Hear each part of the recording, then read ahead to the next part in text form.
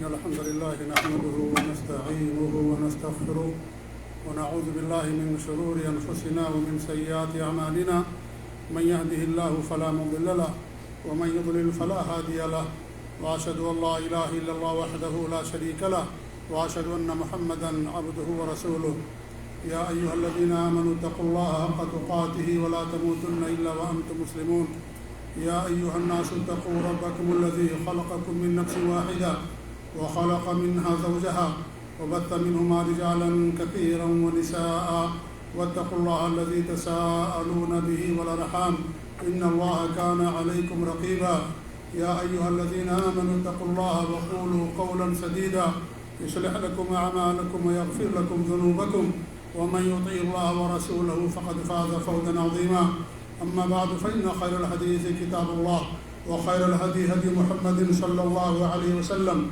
وشر الأمور محدثاتها وكل محدثة بدعة وكل بدعة ضلالة وكل ضلالة في النار فأعوذ بالله السميع العليم من الشيطان الرجيم بسم الله الرحمن الرحيم يا أيها الذين آمنوا إنما الخمر والميسر والأنصاب والأزلام رجس من عمل الشيطان فاجتنبوه لعلكم تفلحون إنما يريد الشيطان أن يوقع بينكم العداوة والبغضاء في الخمر والميسر ويصدكم عن ذكر الله وعن الصلاة فهل أنتم منتهون وقال رسول الله صلى الله عليه وسلم من لعب بالنردشير فكأنما سبغ يده في لحم خنزير ودمه رواه الإمام مسلم في صحيحه.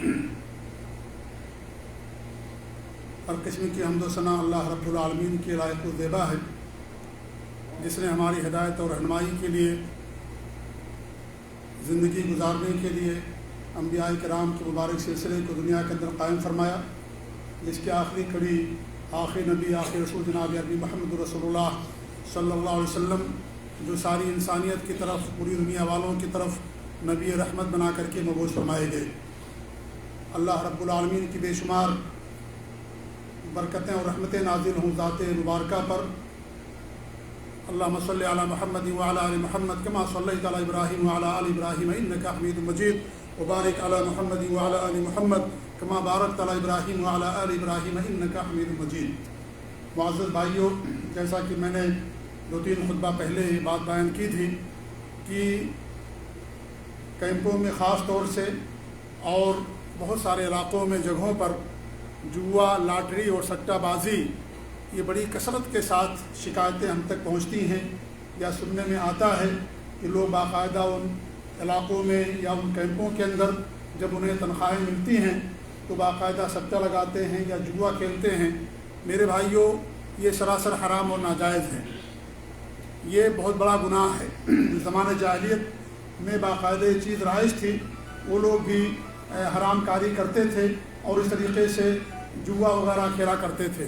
اس لیے قرآن و حدیث کے اندر بڑے نصوص ہیں، آیات ہیں، حدیثیں ہیں جن میں اللہ رب العالمین نے اور اس کے نبی جناب عربی محمد رسول اللہ صلی اللہ علیہ وسلم نے ان تمام چیزوں سے منع فرمایا۔ جو آیت میں نے آپ کے سامنے پڑھی ہے، اس آیت کریمہ میں اللہ تعالیٰ ارشاد فرماتا ہے، ایمان والو انما الخمر والمیسر، شراب اور جوا، والانصاب اور جگہیں، یعنی وہ جگہیں جہاں پر زمانے جاہلیت میں لوگ اپنے بتوں پر یا ان جگہوں پر جا کر کے بکرے اور اس طریقے سے اونٹ اور جانور چڑھایا کرتے تھے، وہ والازلام اور پانسے کے تیر ہوا کرتا تھا، جس سے لوگ باقاعدہ قسمت معلوم کرتے تھے۔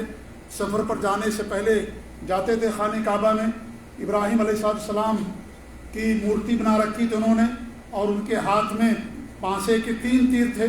ایک تیر میں لکھا رہتا تھا کام کرو افعل، اور ایک میں لکھا رہتا تھا لا تفعل، اور ایک میں کچھ نہیں لکھا رہتا تھا۔ وہ آنکھ بند کر کے تیر کو نکالتے تھے، جو تیر نکلتا تھا جیسا لکھا ہوتا تو ایسا کرتے تھے، یعنی اگر لکھا ہوتا افعل کرو وہ سفر پر چلا جاتا، شادی بیاہ کر لیتا، تجارت شروع کر دیتا، جس مقصد کے لیے تیر نکالتا اس کے لحاظ سے وہ عمل شروع کر دیتا۔ تو اللہ فرماتا یہ سب کیا ہے؟ رجس من عمل الشیطان، سب پلید ہیں، سب ناپاک ہیں، شیطان کا عمل ہے، شیطان کا عمل ہے۔ انسان کی قسمت کسی تیر کے اندر نہیں لکھی ہے، اللہ تعالیٰ لوح محفوظ میں لکھ کر کے رکھا ہے، اور اللہ کے علاوہ کسی اور کے نام پر چڑھاوے چڑھانا یہ سب کیا اللہ تعالیٰ کے ساتھ شرک ہے، حرام ہے۔ تو اللہ فرماتا سب ناپاک چیزیں ہیں، پلید ہیں، اور یہ شیطان کے عمل میں سے فاجتنبو، ان سے بچو لعلکم تفلحون، تاکہ تمہیں کامیابی ملے۔ اجتناب کا مطلب یہ کہ مکمل طور پر دوری اختیار کرنا، اس کے قریب بھی نہیں جانا ہے، اس کے قریب بھی نہیں جانا، اجتناب کرو، مکمل طور پر دوری اختیار کرو تاکہ تمہیں کامیابی ملے۔ کامیابی کب ملے گی؟ جب ان چیزوں سے ہم دوری اختیار کریں گے۔ اللہ رب العالمین نے، آپ غور کیجئے، شرک کے ساتھ اس جوئیے کو اللہ رب العالمین نے بیان فرمایا، شراب کو اس کے ساتھ اللہ رب العالمین نے بیان فرمایا۔ اس سے اندازہ لگائیے کہ دین اسلام کے اندر ناحق طور پر کسی کا مال کھانا یا اس طریقے جوا اور سٹے بازی لگانا کس قدر شریعت کے اندر حرام اور ناجائز۔ انما یرید الشیطان، شیطان کیا چاہتا ہے؟ ان یوقع بینکم العداوۃ والبغضاء، کہ وہ تمہارے درمیان عداوت کو، بغض کو، حسد اور نفرت کو تمہارے درمیان پیدا کرے۔ فی الخمر والمیسر، شراب کے اندر، جوئے کے اندر، شراب اور جوئے کے اندر کیا کرے؟ وہ تمہارے درمیان عداوت اور بغضا کو پیدا کرے، دشمنی پیدا کرے، کیونکہ اس سے دشمنی پیدا ہوتی ہے، اس سے عداوت پیدا ہوتی ہے، نفرت پیدا ہوتی ہے اس کے ذریعے سے۔ وَيَصُدَّكُمْ عَنْ ذِكْرِ اللَّهِ، اور تمہیں اللہ کے ذکر سے روک دے، وَعَنِ الصَّلَاةِ، اور نماز سے روک دے۔ فَهَلْ أَنْتُمْ مُنْتَهُونَ، کیا اب بھی نہیں رکو گے؟ کیا اب بھی نہیں رکو گے؟ یعنی نماز سے روکنے والی چیز، اللہ کے ذکر سے روکنے والی چیز ہے، تمہارے درمیان عداوت اور بغض کو، حسد کو پھیلانے والی چیز ہے، تو اب کیا باقی بچا؟ کہ اب بھی نہیں بچو گے ان تمام چیزوں سے؟ جب یہ آیت کریمہ نازل ہوئی تو صحابہ کرام نے اس سے دوری اختیار کر لیا، اور کیونکہ اس میں اللہ رب العالمین نے اس کو کبیرہ گناہ قرار دیا، رجس کہا ہے، جیسے اللہ رب العالمین نے دوسری آیت کے اندر جو مردار چیز ہے اور خنزیر کا گوشت ہے اس کو رجس قرار دیا، اس طریقے سے اس عمل کو بھی رجس قرار دیا، یعنی پلید اور ناپاک چیز ہے، شیطان کا یہ عمل ہے، لہذا اسے دوری اختیار کرنا ہر شخص کے لیے واجب اور ضروری ہے۔ جوا کسے کہتے ہیں؟ جوا کا مطلب یہ ہوتا ہے، اسے عربی زبان میں میسر بھی کہتے ہیں اور قمار بھی کہتے ہیں۔ اس کا مطلب یہ ہوتا ہے کہ اس میں دو لوگ جو شریک ہوں، ایک کو فائدہ اور ایک کو نقصان، اس میں شریک ہونے والا یا تو اس کو فائدہ ہوگا مالی طور پر یا نقصان ہوگا۔ پیسے لگاتے ہیں، کھیل ہوتا ہے، کرکٹ کا میچ ہوتا ہے، فٹ بال کا میچ ہوتا ہے، انسان کیا کرتا ہے؟ سٹہ لگاتا ہے کہ بھئی کون سی ٹیم جیتے گی، باقاعدہ پیسہ لگاتا ہے انسان۔ اب تو انٹرنیشنل پیمانے پر یہ چیز ہونے لگی ہے، ایک آدمی کھیلتا ہے، اس کو کچھ پتہ نہیں، دوسرا آدمی اس کے اندر انوالو ہو کر کے اس طریقے سے کام کرتا ہے۔ تو ہر وہ چیز جس کے اندر ایک کو نقصان اور دوسرے کو فائدہ ہو، اس کو کیا کہا گیا؟ اس کو میسر اور قمار کہا گیا۔ اور ایک تعریف یہ بھی کی گئی، بہت ساری تعریف علماء نے کی ہے اور سب تعریف اپنی جگہ پر صحیح ہیں، کہ جس میں شریک ہونے کے لیے کیا ہے؟ جس میں دونوں طرف سے عوض لگایا جائے، دونوں طرف سے مال رکھا جائے اور اس میں ایک کو فائدہ ہو اور ایک اپنا مال دے دے، اس کو کیا کہا جاتا ہے؟ یعنی اس کا نقصان ہو، اس کو جوا کہا جاتا ہے۔ آج بہت ساری شکلیں ہمارے ملکوں میں رائج ہیں۔ ایک آدمی کیا کرتا ہے؟ گاڑی بیچتا ہے، گاڑی قیمت 10 لاکھ روپے ہے، آپ کیا کرتے ہیں؟ وہ اس میں شریک ہونے کے 10,000 کا فاتورہ لگاتا، بل، آپ 10,000 کی رسید لیجئے اور سارے لوگوں کے درمیان قرآن دازی کی جائے گی، اور جس کو گاڑی مل جائے گی، جس کا نام نکلے گا اس کو گاڑی مل جائے گی۔ یہ کیا میرے بھائیوں؟ بھی قمار ہے، یہ بھی جوا اور حرام ہے۔ زمانے جاہلیت کی جو چیزیں موجود تھیں وہ اونٹوں کے اوپر لگاتے تھے اور کھیل کود کے اندر لگایا کرتے تھے۔ آج لوگ بہت سارا والی بال کھیلتے ہیں، کبڈی کھیلتے ہیں، اس کے اندر ساری چیزیں لگاتے ہیں کہ بھائی جو پارٹی جیتے گی اور جو ہے وہ جو جیتے گا وہ لے لے گا، اور جو ہارے گا وہ اس کو پورا پیسہ دینا پڑے گا۔ یہ کیا؟ یہ شریعت کے اندر حرام اور ناجائز ہے۔ یہ ایک آدمی کہتا ہے کہ بھائی 10,000 روپیہ ہم لگا دیں گے، چلو قسمت آزمائی کرتے ہیں، اور اگر ہمارے نام سے گائے نکل گئی 10,000 ہم کو 10 لاکھ کی گاڑی مل جائے گی۔ حالانکہ جو لگانے والا ہے، جو یہ کام کرتا ہے، وہ 10 لاکھ کے بجائے 20 لاکھ روپیہ لیتا ہے لوگوں سے، لیکن کئی لوگوں سے لیتا ہے، نکلے گا ایک آدمی کے نام پر، لیکن آدمی سب اس میں قسمت آزمائی کرتے ہیں۔ تو یہ قسمت پر جس کا پورا کھیل ہوتا ہے، اس میں محنت نہیں لگتی، اس میں انسان کام نہیں کرتا، اسی لیے شریعت کے اندر اس کو حرام قرار دیا گیا۔ کیونکہ جس معاشرے کے اندر چیز رائج ہو جاتی ہے، وہاں معاشرے کے اندر جو ہے لوگ محنت سے جی چڑھانا شروع کر دیتے ہیں، اور اس طریقے سے لوگوں کے اندر یعنی سستی اور یہ ساری چیزیں پیدا ہو جاتی ہیں، عداوت پیدا ہوتی ہے، نفرت پیدا ہوتی ہے، اور بہت سارے اس کے مفاسد اور بہت سارے اس کے نقصانات ہیں۔ اسی لیے دیکھیے قانونی طور پر چیز جرم ہوتا ہے، قانونی طور پر چیز جرم ہوتا ہے۔ سٹے بازی جو لوگ آتے ہیں کرکٹ وغیرہ کے اندر، دیکھیے باقاعدہ حکومت کی نظریں ہوتی ہیں لوگوں کے اوپر، کیونکہ اس سے معاشرے کے اندر تجارت اور فائدے کی چیزیں نہیں پہنچتی ہیں۔ کتنے لوگ ہیں جو خودکشی کر لیتے ہیں، لاکھوں روپیہ لگائے نہیں نکلا اور خودکشی اس نے کر لیا. اور جو جیت جاتا ہے وہ اس کے اندر اس کو لت لگ جاتی ہے، کام چھوڑ دیتا ہے، تجارت چھوڑ دیتا ہے، بزنس نوکری تمام چیزیں چھوڑ کر کے قسمت آزمائی کرنے لگتا ہے. ایک کو فائدہ ہوتا ہے، لاکھوں لوگوں کو نقصان ہوتا ہے. کسی ایک کو فائدہ ہوگا، لاکھوں لوگوں کو نقصان ہوگا. تو یہ کیا، یہ بھی نئی نئی شکلیں ہیں جو ہمارے معاشرے کے اندر آج جو ہے پھیلتی جا رہی. تو یہ ساری چیزیں حرام ہیں. یہ کسی کا مال باطل طریقے سے کھانا ہے، یہ حرام ہے شریعت کے اندر. آدمی کا مال یا تو تجارت کے ذریعے جائز ہوتا ہے، یا تو آدمی صدقہ کر دے، ہبہ کر دے، آپ کو ہدیہ دے دے، آپ کو صدقہ دے دے، تحفہ دے دے آپ کو، یا اپنی طرف سے کوئی چیز آپ کو دے دے، وہ چیز آپ کے لیے جائز ہوتی ہے. ورنہ یہ مال کیا باطل طریقے سے حرام طریقے سے کھانا ہے شریعت کے اندر. اسی لیے اللہ رب العالمین نے اسے منع فرمایا. اس طریقے سے دوسرے آیت کے اندر اللہ فرماتا ہے یسألونک عن الخمر والمیسر، لوگ آپ سے شراب کے بارے میں اور جوئے کے بارے میں پوچھتے ہیں، شراب اور جوئے کے بارے میں پوچھتے ہیں. قل فیہما اثم کبیر، آپ کہہ دیے ان دونوں کے اندر بہت بڑا گناہ ہے. وہ منافع للناس، اور لوگوں کے لیے فائدہ بھی ہے. وہ اثمہما اکبر من نفعہما، اور ان دونوں کا گناہ ان کے نفع سے زیادہ ہے. گناہ زیادہ ہے، نقصان زیادہ ہے فائدے سے. اس آیت کریمہ کے اندر بھی باقاعدہ اس بات کی طرف اشارہ کر دیا گیا کہ یہ چیز حرام ہے، اس لیے کہ اسلام کا قاعدہ ہے کہ اگر نقصان زیادہ ہو فائدہ کم ہو وہ چیز شریعت کے اندر حرام ہوتی ہے. یہ متفق علیہ قاعدہ کہ جس چیز کے اندر نقصان زیادہ ہو اور فائدہ بہت کم ہو وہ چیز شریعت کے اندر حرام ہوتی ہے. تو اللہ فرماتا ہے کہ ان دونوں کے اندر کیا نقصان زیادہ ہے نفع سے. اور اس وقت شراب حرام نہیں تھی اس وقت کی آیت کریمہ. اسی لیے جب آیت کریمہ نازل ہوئی، پہلے وہ شراب پیتے زمانہ جاہلیت کے اندر اور بہت زیادہ شراب پی جاتی تھی. تو جب یہ آیت کریمہ نازل ہوئی تو بہت سارے صحابہ کرام رک گئے، کہا جب اس میں نقصان زیادہ فائدہ کم ہے تو اس کا مطلب یہ حرام ہے. تو لوگوں نے اس آیت کریمہ کے بعد ہی شراب پینا بند کر دیا. تو اللہ فرماتا ہے کہ اس میں نقصان زیادہ ہے اور اس طریقے سے فائدہ اس کے اندر بہت ہی کم ہے. تو جس کا فساد اور نقصان زیادہ ہو اور فائدہ کم ہو چیز شریعت کے اندر حرام و ناجائز ہوتی ہے. تو یہ آیت کریمہ بھی واضح دلیل ہے اس بات کی کہ شریعت کے اندر یہ چیز حرام و ناجائز ہے.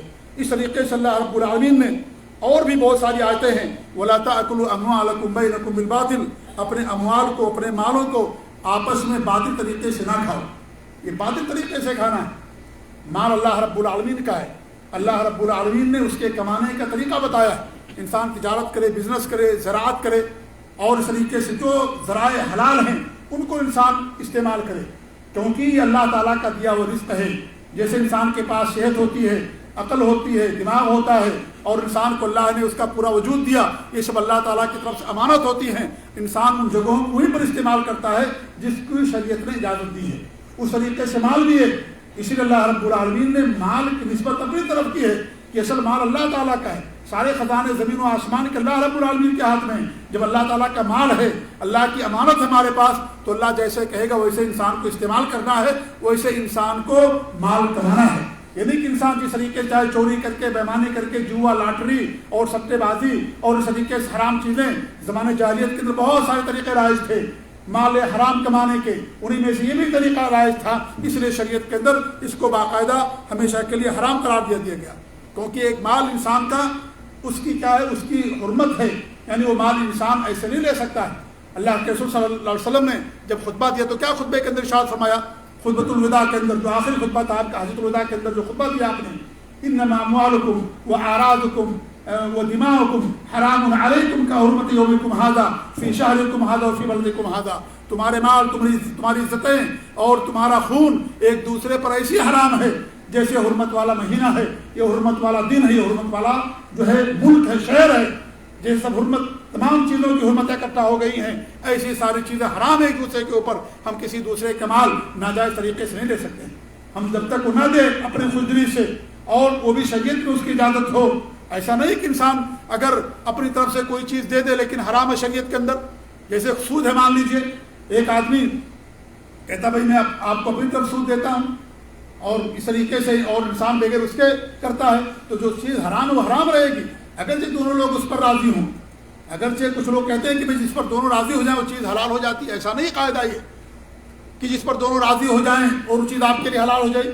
تو لوگ سٹے پر بھی تو راضی رہتے، لوگ جوئے پر بھی راضی رہتے ہیں، تو یہ چیز بھی حلال نہیں، حرام ہے یہ. تو یہ قاعدہ نہیں کہ جو چیز جس پر دونوں راضی ہو جائیں دو لوگ وہ چیز ہمارے لیے حلال ہوگی. اسلام نے ایک اصول دیا ہے، ایک ضابطہ دیا، اس ضابطے کے مطابق انسان کو عمل کرنا ہے. اگر اس کو پورا اترے گا تو آپ کے لیے حلال ہوگا، اگر پورا نہیں اترے گا تو آپ کے لیے حلال نہیں ہوگا. تو اس طریقے سے مال، عزت اور آبرو اور ایک دوسرے کا خون، ایک دوسرے مسلمان کا ہمارے اوپر حرام ہے کہ ہم اس کے ساتھ اس طرح کا معاملہ کریں. تو یہ سارے آیات اس بات کی دلیل کرتی ہیں کہ ساری چیزیں شریعت کے اندر حرام ہیں. اس طریقے سے اللہ کے رسول صلی اللہ علیہ وسلم کی بھی کئی حدیثیں ہیں جن حدیثوں میں باقاعدہ آپ نے جوا، سٹے بازی کو، لاٹری کو، ان تمام چیزوں کو حرام کر دیا. اللہ کے رسول صلی اللہ علیہ وسلم کی ایک حدیث میں آپ کے سامنے پڑھی، من لعب بالنردشیر، جسے نردشیر کھیلا اس نے فکأنما وضع یدہ یا صبغ یدہ فی لحم خنزیر ودمہ، گویا کہ اس نے اپنے ہاتھ کو سور کے گوشت میں یا اس کے خون میں ڈبویا. یہ کس کی روایت؟ صحیح مسلم کی روایت. نردشیر ایک کھیل ہے اور یہ فارس کا ایک بادشاہ تھا جس نے اس کو ایجاد کیا تھا، اس لیے اس کی نسبت اس کی طرف کی گئی ہے. آج جو یہ لوڈو کھیلتے ہیں نا، لوڈو، یہ بھی نردشیر کے اندر داخل ہے، اس لیے علماء نے باقاعدہ اس کو حرام قرار دیا. اور ٹیبل کا جو گیم ہوتا ہے اس کو بھی شریعت نے اس کو جو حرام قرار دیا ہے. علماء نے اس پر اس کو جو ہے پیش کیا کہ دلیل ہے اس بات کی کہ ساری چیزیں حرام ہے شریعت کے اندر. اگر اس کے اندر جوا ہے تو اور بڑا حرام ہو جاتا ہے، یعنی انسان اگر شرط لگا کر کے کھیلتا ہے تو اور حرام ہے، اور اگر شرط نہیں لگاتا، لوڈو وغیرہ ایسے ہی کھیلتا ہے تو بھی شریعت کے اندر حرام ہے. گویا کہ اس نے اپنے ہاتھ کو کس میں ڈالا؟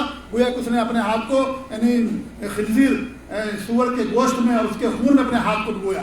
جو چیز حرام ہے، یعنی حرام چیز سے مشابہت دی گئی. اس کا مطلب یہ کہ جیسے یہ حرام ہے، اس کا خون اور اس کا گوشت حرام، ایسے ہی یہ کھیل کھیلنا بھی حرام ہے. بہت سارے لوگ اس کے اندر سستی کرتے ہیں اور اس کو کھیلتے ہیں. اس میں بھی دیکھیے کیا ہوتا ہے، اس میں بھی قسمت کے اوپر رہتا ہے ساری چیزیں. انسان اس کو گھماتا پھراتا ہے، اس کے اندر اگر خون نکلتا ہے، پتہ نہیں کس طریقے سے کھیل ہوتا ہے، تو ساری چیزیں اسی پر دار و مدار ہوتی ہیں. اس لیے اس کو بھی کھیلنا حرام ہے، اور اگر اس کے اندر انسان شرط لگاتا ہے تو اور زیادہ حرام ہو جاتا ہے. اس طریقے سے اللہ کے رسول صلی اللہ علیہ وسلم کی حدیث ہے، عبداللہ بن عمر رضی اللہ عنہ فرماتے ہیں کہ اللہ کے رسول نے نہى عن الخمر والمیسر والکوبۃ والغبیرہ وقال وكل مسکر حرام. یہ ابو داؤد کی صحیح روایت کہ اللہ کے رسول فرماتے ہیں کہ عبداللہ بن عمر بن عاص کہ اللہ کے رسول نے فرمایا کہ اللہ کے رسول صلی اللہ علیہ وسلم نے شراب کو اور میسر اور جوئے کو سے منع فرمایا، والکوبہ اور کوبہ سے منع فرمایا. کوبہ کیا؟ ڈھول تماشا، ڈھول باجا، جو لوگ ڈھول پیٹتے ہیں، ڈھول بجاتے ہیں، اس سے ہمارے نبی نے منع فرمایا. والغبیرہ اور غبیرہ سے منع فرمایا. غبیرہ کیا ہے؟ غبیرہ یہ مکئی سے شراب بنائی جاتی تھی، مکئی سے جو شراب بنتی تھی اس کو غبیرہ کہا جاتا تھا. تو آپ نے فرمایا کہ اس سے ہمارے نبی نے منع فرمایا. اور کیا کہا؟ وَكُلُّ مُسْكِرٍ حرام، ہر نشہور چیز کیا ہے؟ شریعت کے اندر حرام اور ناجائز ہے. تو آپ نے اسے منع فرمایا، اور منع فرمانا اس بات کی دلیل ہے کہ شریعت کے اندر حرام ہے.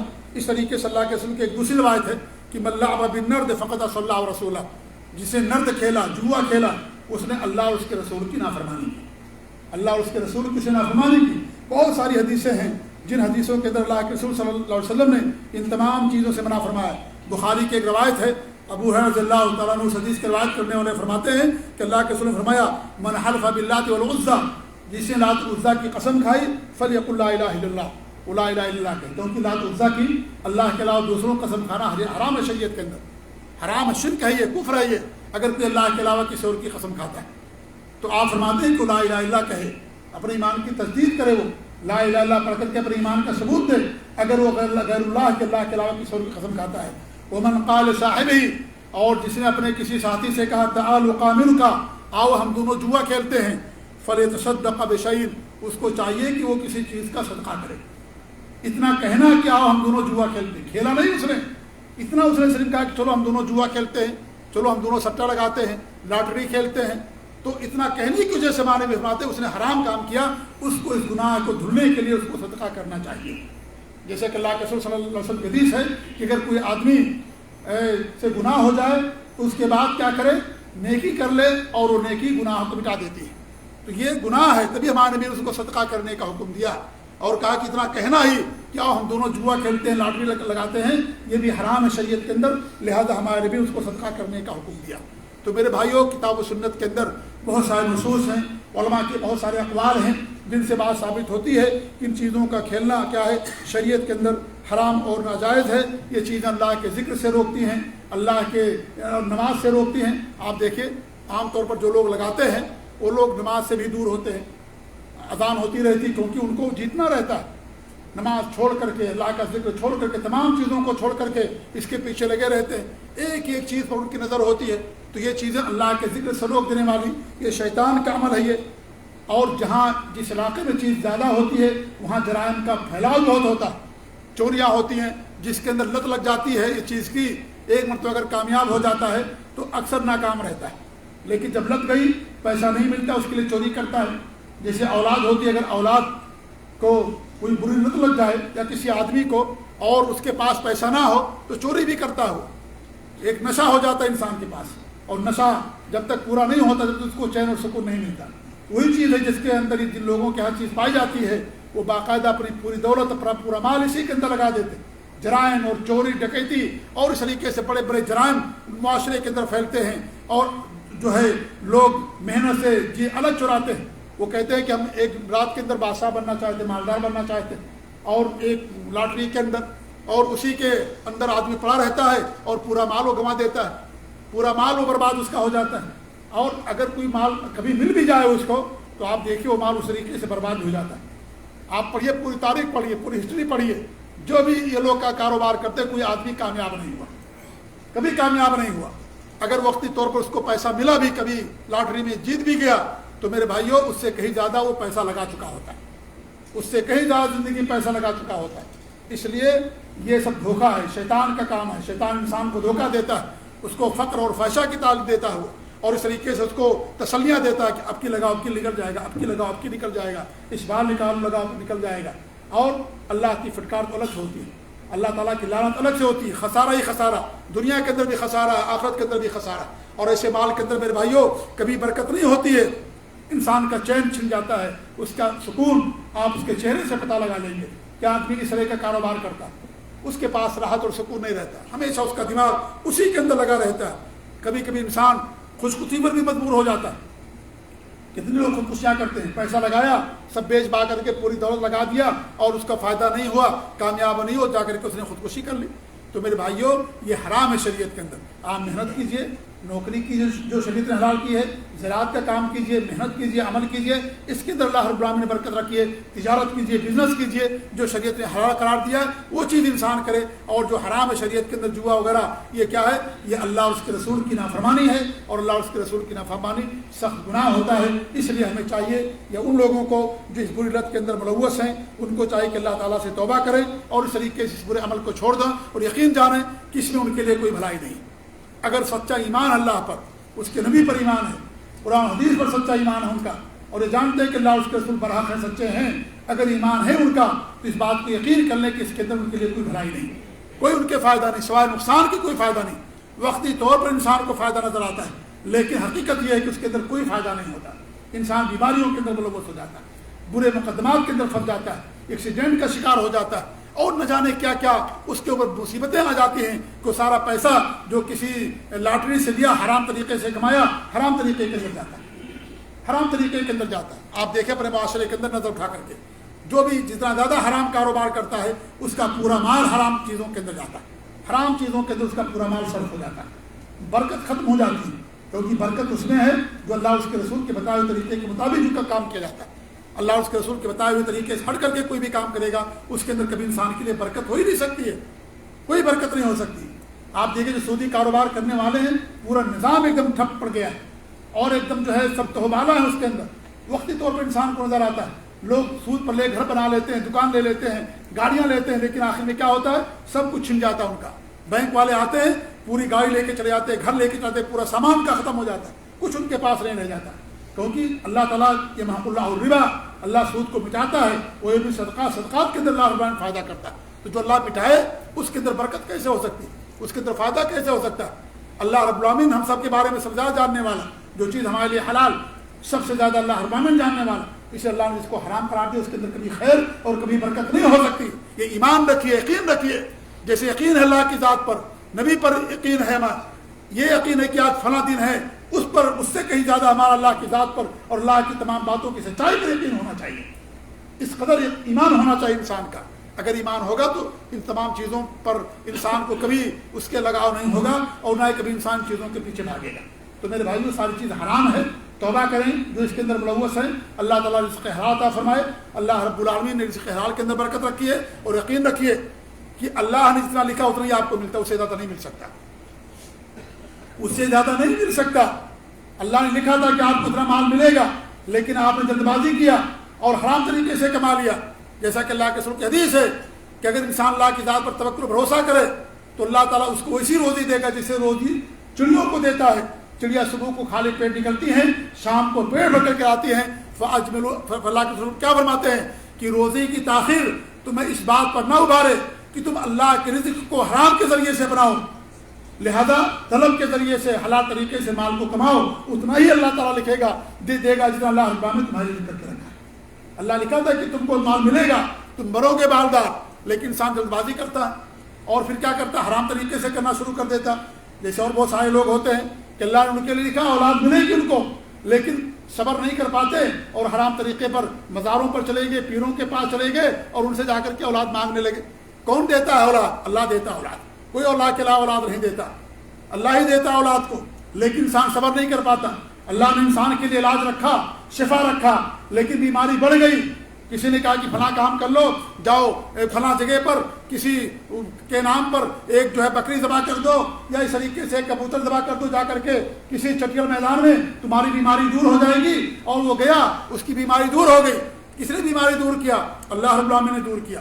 لیکن انسان صبر نہیں کر پاتا. اللہ نے ہر چیز کا وقت لکھا ہے, وَكُلَّ شَيْءٍ خَلَقْنَاهُ بِقَدَرٍ, ہر چیز کا اللہ نے وقت رکھا ہے. اللہ رب العالمین نے ہر چیز کا وقت بنا کر کے رکھا ہے.